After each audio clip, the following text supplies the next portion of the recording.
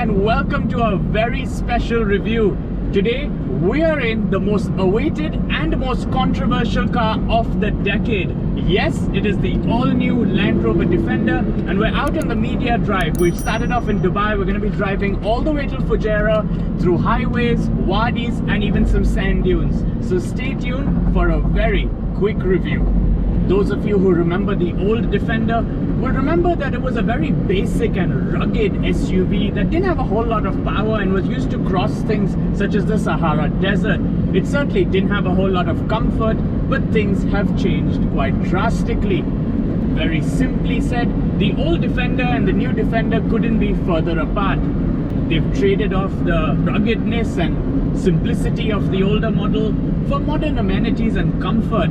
We're cruising down the highway at 120 kilometers right now, and I'm as comfortable as I would be in a Range Rover, and that's definitely not something I would have said if I was driving the older model.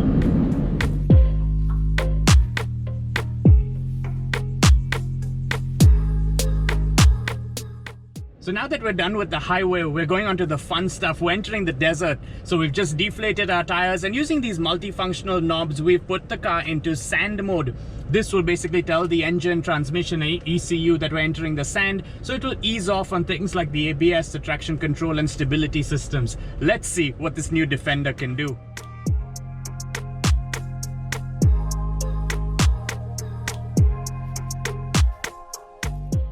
One thing that has remained from the old Defender is its capability to wade through sand. This thing just sails right through it, and that is made possible by the 3-liter engine that has ample amounts of power. There's also, like all new Land Rover products, this Defender is fitted with air suspension, meaning it's extremely comfortable. You see the bumps, but you just don't feel them. I can't stress this enough, how easy the new Defender is to drive off-road. I mean, we've not put the tires down ridiculously low. They're still at about 19 psi, and since it's summer in Dubai, it's hot outside and the sand is hot, but the car is not struggling one bit.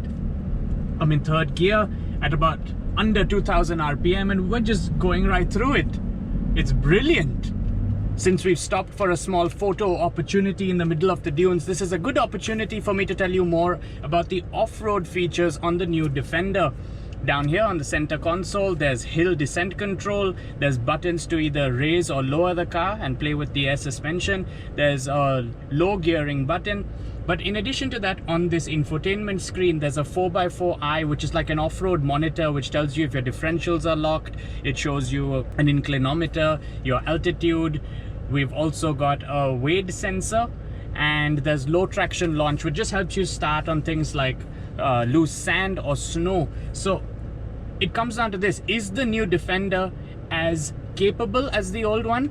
Sure, it's got all the goodies and the tech to be so, but is it as rugged or as basic as the old one? Definitely not.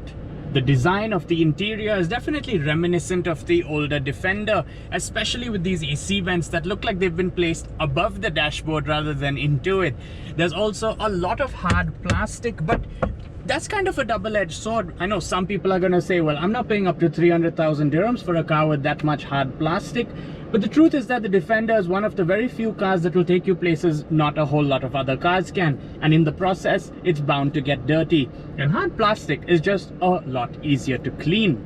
While the materials are quite basic, that isn't to say the overall cabin is. There's plenty of tech in here. There's lane keeping, cruise control, a speed limiter, memory seats, 360-degree cameras, a cool box, wireless charger, and plenty more. Just like all other Land Rover products, it's very well equipped.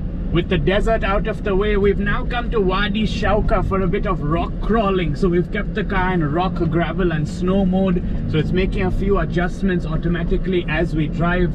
We've also increased the height of the suspension just to make sure we don't hit anything. And it is really impressive just seeing how much power is available low down, and also how effortlessly this new Defender can climb any and every rock face.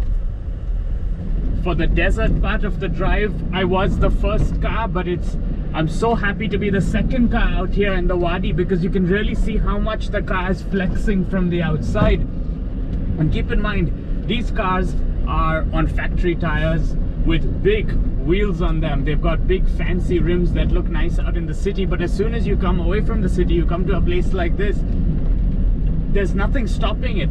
This Defender is truly a Defender deep down. After driving the new Defender through the desert as well as through the Wadi, I will say one thing: it makes going off-road very, very easy, which kind of brings me on to my next point. If you read online, comments for the new Land Rover Defender have not been great. People are quick to point out that this is not a Defender anymore, and having read so much of that, I was quite skeptical when I came in for the drive this morning. But having driven the car and experienced the car for myself, I will say I beg to differ.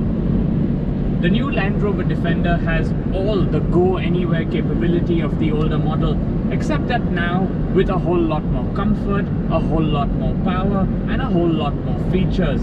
Is that such a bad thing? I don't think so.